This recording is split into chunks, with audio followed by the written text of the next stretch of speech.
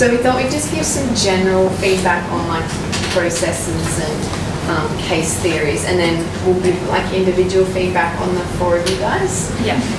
So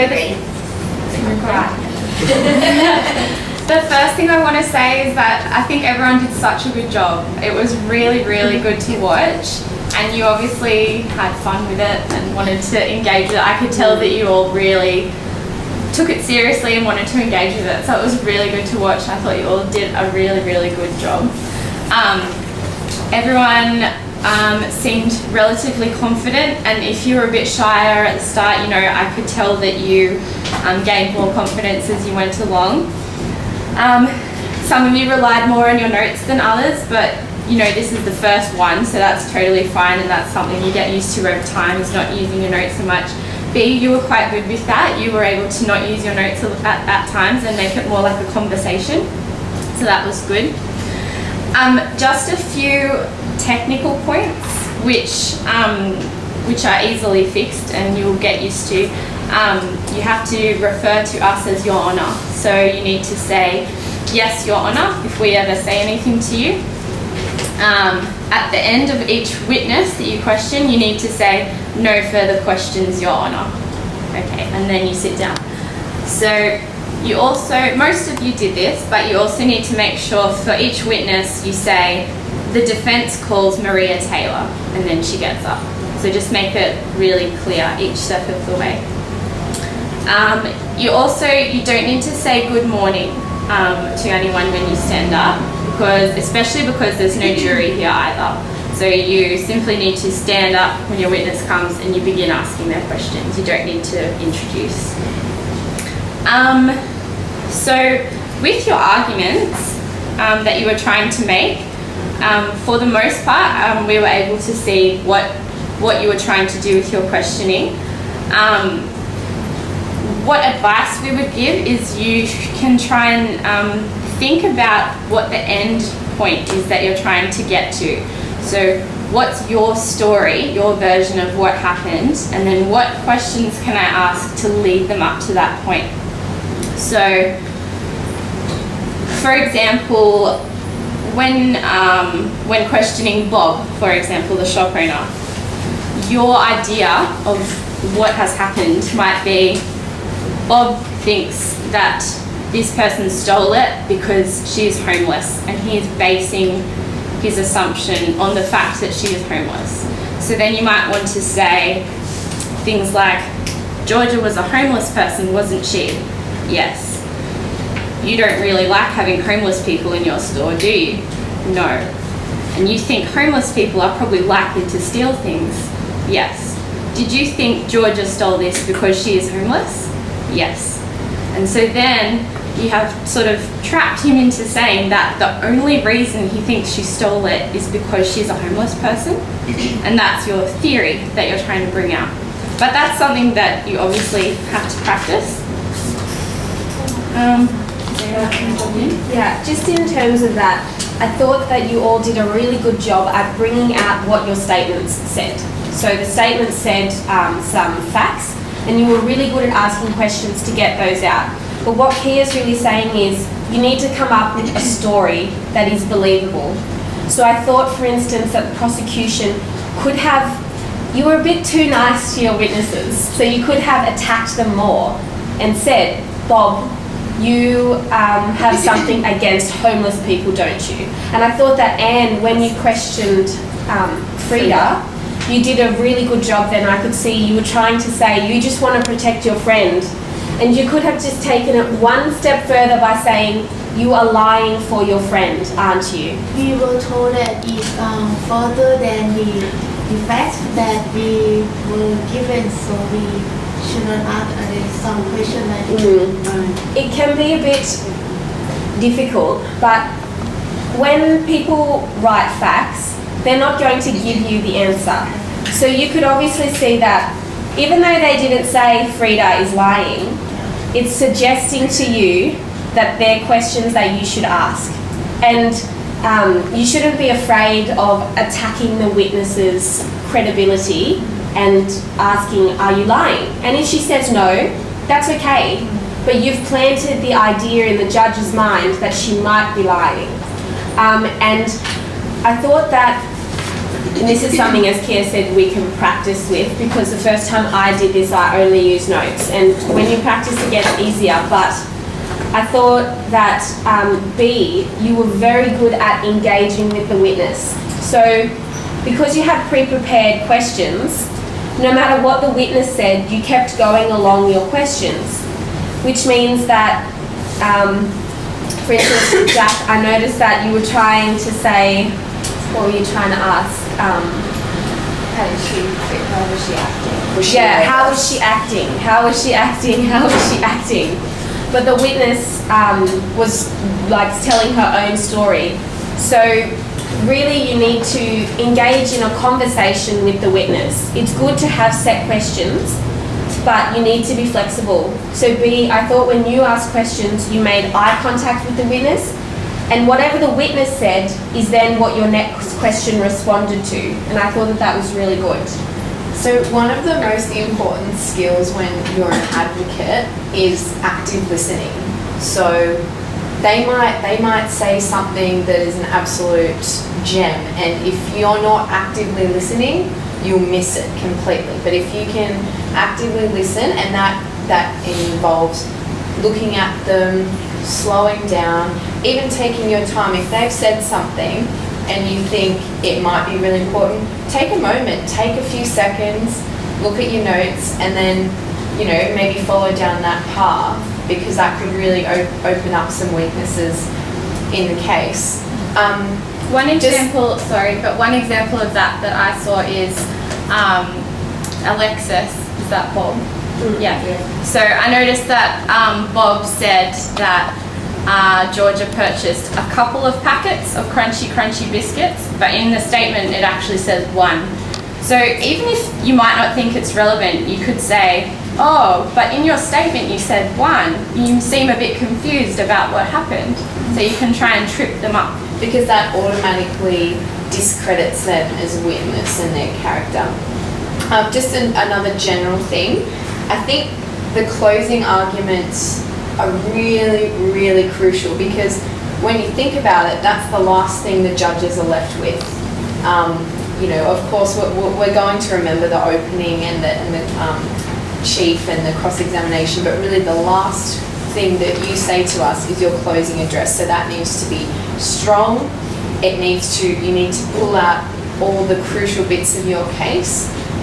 Gok, I thought you did that really well, but just a little bit short. So you brought out that Keith Urban was too far away down the aisle, which is really good. And you just needed to do that for each witness. Same with the prosecution, just bring up each of the weaknesses you found in the defense case, and then reinforce your point of view. And you did really well in your closing. We noticed you get more confident each time you spoke, and by the end of your closing you were just standing there with no paper, thinking on your feet, eye contact with the judges, and that was really great to see. It was really good, Anne, that you pointed out in your closing that why the defence witnesses were unreliable. I really liked that you said that, because that's what you're trying to show. You're trying to discredit the witnesses. Jack, I thought your open questions were really good, and that's something I know we still get tripped up on, asking open questions as opposed to closed questions, and leading questions and non-leading questions. So we're still trying to figure that out, and I thought you did well asking open questions like who, what, where, when, how. That was really good. But yeah, just everyone needs to be careful of not asking leading questions in their examination in chief. But it is a really difficult task. Gok, your verbal skills were fabulous. You were the strongest verbal communicator. Don't be afraid to take it a bit further. I know we have time restraints, but I think your confidence automatically made the defence more believable. So that was really, really great. B, we thought you were absolutely brilliant. I know Laura's already touched on it, but you're engaged. I don't even think you needed your bit of paper. I think that was probably more of a safety blanket thing for you, and you don't need it. Your hand gestures were right on. Sometimes people use their hands too much, and it just is too much.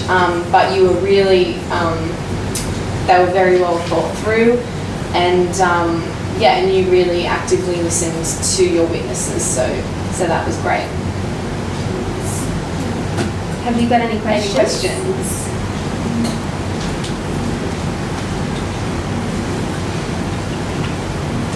I thought everyone did really, really good. Yeah, it was really impressive. And I think there was a lot of things that, like, pretty much in every segment, the thing that we were hoping that you would pick up on for everyone was picked up on, so that it's useful for us to go forward. And in don't scenario. forget, this scenario was weighted towards the defence, so Yeah. it's not surprising we found in favour for the defence, because they had a lot more, and that's what we're going to Have to fix. try and change. Yeah. Did anybody think about the evidence? Were they provided with The receipt. Yeah. So did you think about how you might use that? Did you make a decision to use it or not to use it? Actually, we plan to when Ajahn examine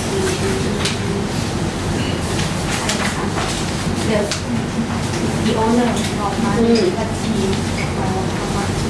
Okay. That's fine. Yeah, that's okay. The other area that the defence could have used the receipt, and it wasn't actually established in the defence case, was to show that Georgia Clooney actually paid for items.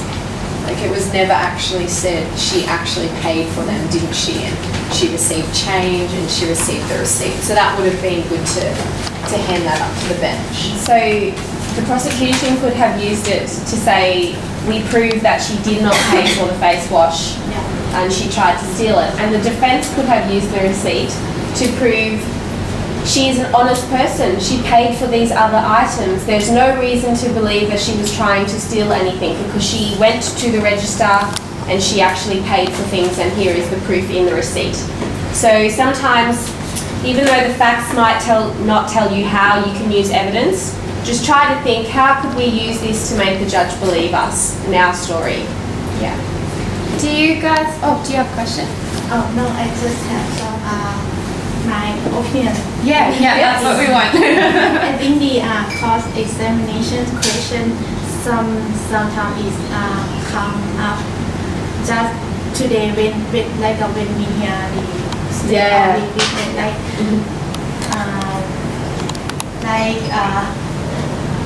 Marika told that said that she when I asked did were any food found in her bag? Yeah, she said no because she ate it already, but it is not in the bag, right? I think sometimes the question relies on motivation. Yeah. For today. Yeah. So that's why it's really important to listen, and you did a really good job at that, and that's why your closing was very strong, because you were listening about. We actually just did this in, like, not this one, but a different one in our law school, and we found it very difficult to prepare a cross-examination because we were on different sides and I had no idea what Kia's witnesses were going to say. So I was actually planning my cross-examination as Kia's witnesses was talking. Yeah. So it is something difficult, but if you listen, as Claire said, the cross-examination can be the most important part where you pick up on a problem with their story.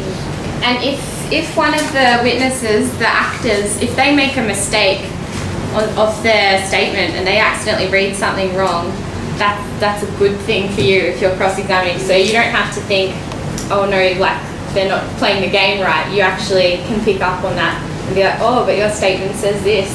You obviously can't remember what happened very well and things like that. So you can use that sort of stuff. Because I tried to prove that she did not have like a banana in her bag, so the defense evidence is unreliable, but she said, oh, she edit. Yeah. But fortunately that him said, him confirmed when I asked that she only gave the virus response. And that will happen in real life Yeah. all the time. A lawyer will think, this is perfect, I'm going to trick the witness, and then they have an answer. But that's okay, because it's still really good to see what they say, and you just move on to a different point if they've answered like Marika did. Yeah. A good way that I like to think of cross-examination, rather than plan your questions, is think, am I trying to show that this witness is lying? Or am I trying to show that they have made a mistake? Or that they haven't remembered it correctly? And then you just always remember what that end point is. So if you're trying to show that they are lying, why are they lying? So Anne, you did that well, like, oh, so you're good friends, aren't you? Things like that. And then you could have just gone one step further, like Laura said, and you'd be willing to lie for your friend, wouldn't you? Or if they made a mistake, say with Keith Urban up the other end of the aisle, say, so you've told us you were up the other end of the aisle? Yes. So you were a fair way away, weren't you? Yes. Is it possible that you couldn't have properly seen what they put in their bag? And even if they say, oh, no, I'm fairly sure, you say, but is it possible? Yes, it's possible. Do you guys have any feedback on whether you thought it was hard or easy scenario? Because we'll need to change some things. So we need to know, if you thought it was unbalanced or too tricky, or Did you think it was too hard or too easy in terms of preparing? Or about that? For me, it is quite hard Quite to hard, yeah. prepare, because I did search to prepare for the open statement and closing. yeah. But the only our problem that we have discussed to each other is just actually the story doesn't tell the answer, and then like if there is any question that we're going to ask and there's no answer here, is that going to be too far from the real believable story, something like that?